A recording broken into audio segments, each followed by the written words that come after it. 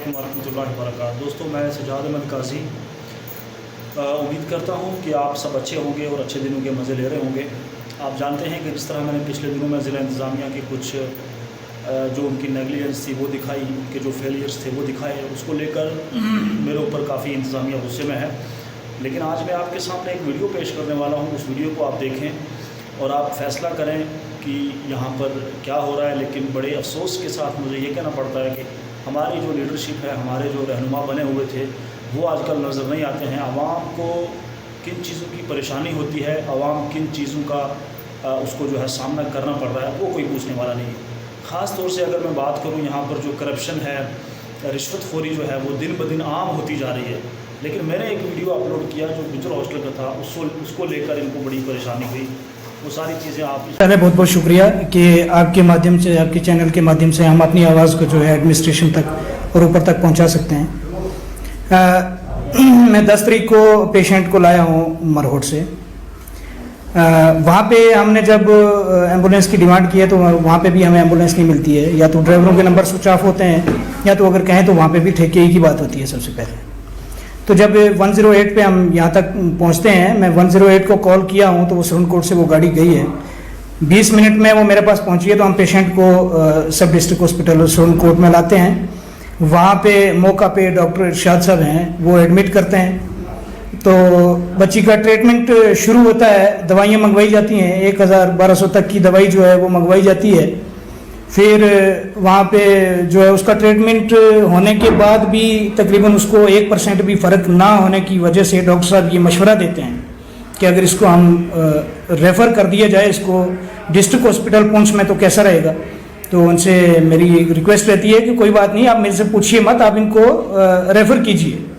तो रेफ़र कर दिया जाता है। तो जब गाड़ी हम डिमांड करते हैं कि हमें गाड़ी प्रोवाइड की जाए तो हम लेकर के जाएं, क्योंकि रात के उसको सिर्फ हाई फीवर था, उसके बाद वॉमिटिंग हो रही थी, लूज मोशन हो रहे थे। बाकी उसको इतनी बड़ी कोई प्रॉब्लम नहीं थी, जो कि हमारे डिस्पेंसरी में भी इतना इलाज हो जाना चाहिए। लेकिन 24 आवर्स क्या, हमें 12 आवर्स भी वहाँ पे जो है वो ट्रीटमेंट नहीं अच्छे तरीके से नहीं मिल रहा है। तो वहाँ से फिर यहाँ तक सब डिस्ट्रिक्ट में लाया जाता है जब हॉस्पिटल में, तो यहाँ उसको सिर्फ वॉमिटिंग और लूज मोशन और हाई फीवर था, जिसका 1000-1200 की दवाई हम लाते हैं। हम पैसे से पीछे नहीं रहेंगे क्योंकि हमारा पेशेंट है, हम यही कहते हैं कि बच जाना चाहिए। लेकिन जब यहाँ पे वो एक मिली भगत सरकार जो चलाई जाती है कि बस मिल बांट के खाएंगे, लेकिन आना चाहिए, कोई पेशेंट आना ही चाहिए। तो फिर जब वो उसमें कोई फ़र्क उसको नहीं पड़ता है तो हमें पुंछ रेफ़र किया जाता है। तो मैं गाड़ी की डिमांड करता हूँ, गाड़ी प्रोवाइड की जाए। तो जब गाड़ी वहाँ से तैयार है पुंछ जाने के लिए एक पेशेंट को लेके, जिनकी GIR जो है वो कट चुकी थी 825 रुपये, तो जब डॉक्टर इरशाद साहब ये कहते हैं ड्राइवर को कि इनको भी हमने पुंछ मुंतकिल किया है, आप इसको भी बिठा के ले जाइए पुंछ, तो मुझे बिठाया गया है। तो जब गाड़ी में हम बैठे हैं, पेशेंट को मैंने रखा है, तो ड्राइवर जो है वो डिमांड करता है NO और फार्मासिस्ट और वहाँ पे और कर्मचारी सबके सामने जब ये डिमांड होती है कि आप 1000 रुपया देंगे और उसके बाद जो है फिर हम यहाँ से निकलेंगे। ड्राइवर की आपसे ये डिमांड थी कि GR जो कटी हुई है उसके अलावा आपसे पैसे मांगे जा रहे थे। हाँ, GR कटी है। अब मुझे ये पता नहीं था कि GIR कटी है। मैं नीचे उतरा हूँ, मैंने देखा है कि अब देखो जो आपका पेशेंट था स्पेशली उसके लिए एम्बुलेंस नहीं जा रही थी, उससे पहले जो पहला पेशेंट था उसको एम्बुलेंस ने लेके पुंछ हॉस्पिटल जाना था और आपको भी उसी गाड़ी में बिठाया उन्होंने, और फिर आपसे डिमांड की कि आप 1000 रुपया दीजिए फिर हम आपको ले जाएंगे। जी, जब ये डिमांड की उन्होंने कि आप 1000 रुपया दें, उसके बाद हम जो है आपको अपनी गाड़ी में ले चलेंगे, तो मैंने इससे साफ इनकार किया मैं कि आपको बिल्कुल पैसे नहीं दूंगा। तो ड्राइवर साहब ये कहते हैं कि आप पैसे क्यों नहीं दोगे। मैंने कहा मैं बिल्कुल नहीं दूंगा, मेरे पास है ही नहीं है। बोले कि पास में ATM है, आप निकलवा लें। जब ATM की उन्होंने कहा तो मैंने कहा कि अब मैं बिल्कुल नहीं दूंगा, आप जैसा भी कर लें। उन्होंने कहा ठीक है, आप नहीं दे सकते हैं तो आप बराए मेहरबानी हमारी गाड़ी से उतरिए।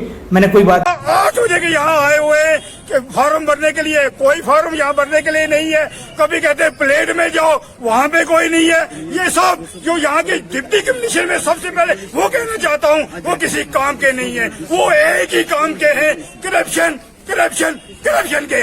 मैं कहता हूँ डिप्टी कमिश्नर की भी इंक्वायरी की जाए, ये सुप्रिंटेंडेंट की भी इंक्वायरी की जाए।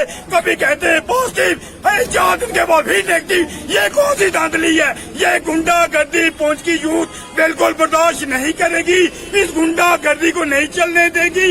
हम ये आपके माध्यम के, आपके चैनल के माध्यम से हमें आपका ये सहारा है। हम कहते हैं तख्त बदल दो, ताज बदल दो, इन बेईमान अफसरों का राज बदल दो। हम जो नए गवर्नर साहब आए हम उनका भी वेलकम करते हैं, हम उनका भी एक डेपुटेशन भेजेंगे।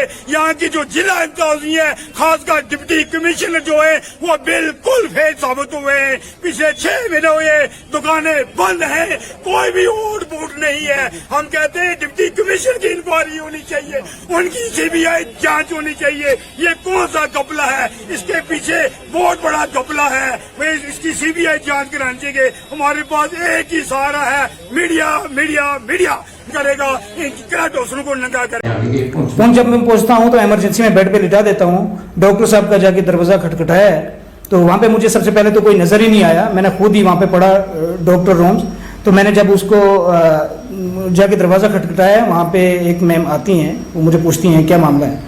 तो मैंने जब उनको मामला बताता हूं तो बच्ची तकरीबन थोड़ी दूर है उनसे, वो दरवाजे ही में खड़ी होकर मुझे कहती हैं कि क्या मामला है। मैं उन्हें बच्ची की सारी बीमारी जो उनको बताई है तो वो दवाई लिख देती हैं। मैंने उनसे रिक्वेस्ट की आप एक बार बच्ची को चेक कर लीजिए, तो बोले कि आप मेरे पास लेके आ जाइए। मैंने कहा बच्ची बेड पे है, आप वहीं चलिए। बोले नहीं, आप मेरे पास लेके आ जाइए।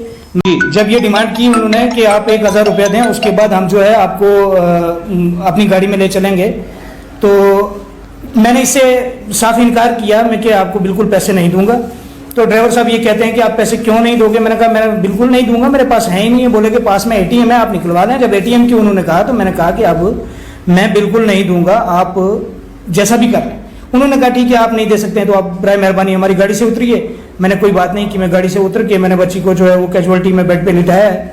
वहाँ पे सारे डॉक्टर, फार्मासिस्ट, एनओ और कर्मचारी सारे मौजूद हैं। मैंने उनसे कहा कि आप हेल्प कीजिए और बच्ची को मुंतकिल करवाइए, हमें गाड़ी प्रोवाइड कीजिए अगर ये नहीं है तो वो कोई कुछ नहीं बोलता है। उससे मुझे ये पता लगता है कि सारी मिली भगत सरकार है वहाँ पे चल रही है। ये कहा जाता है कि 108 पे आप कॉल कीजिए। मैं 108 पे कॉल करके गाड़ी रजिस्ट्रेशन करवाता हूँ। जब गाड़ी रजिस्ट्रेट हो जाती है तो मुझे ये कहा जाता है कि आपके पास ड्राइवर जो है 5 मिनट में पहुँचता है। मैं वहीं खड़ा हूँ, 5 मिनट में ड्राइवर मेरे पास पहुँच गया है। मैंने 108 की जो गाड़ी है उस पर हम उसको लेकर पहुंच गए हैं, उसका कोई चार्जेस हमने नहीं दिया और कोई जीआर नहीं कटाई है, उसकी कोई जीआर नहीं कटाई, उसका कोई चार्जेस नहीं दिया। वो वापस वहां से आ